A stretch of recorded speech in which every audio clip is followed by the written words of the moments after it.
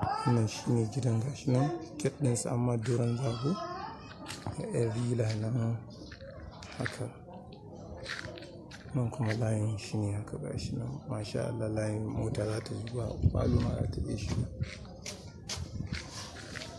A maƙotansu nan haka yake. Nan shi ne layin gashi nan ya fita.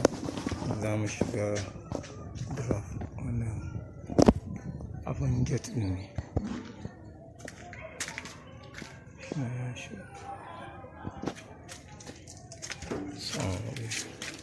Ga draft ɗin.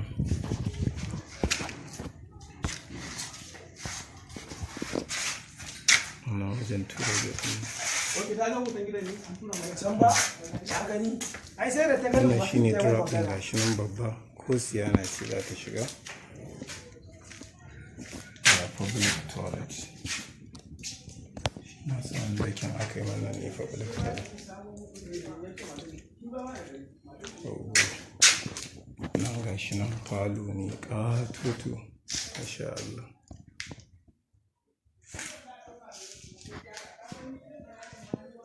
Wannan kitchen ne.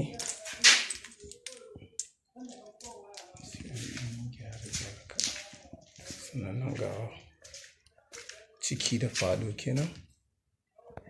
Ɗaki ne shi nan babba guda ɗaya gashi nan ɗan yi ajiye kayayyaki.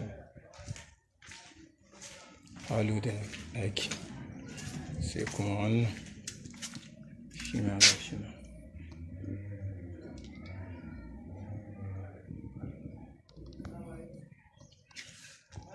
To dama haka yake. Za mu iya cewa 2 bedroom and falo kenan, ko kuma ciki da falo da wani falle kwaya ɗaya. To haka yake.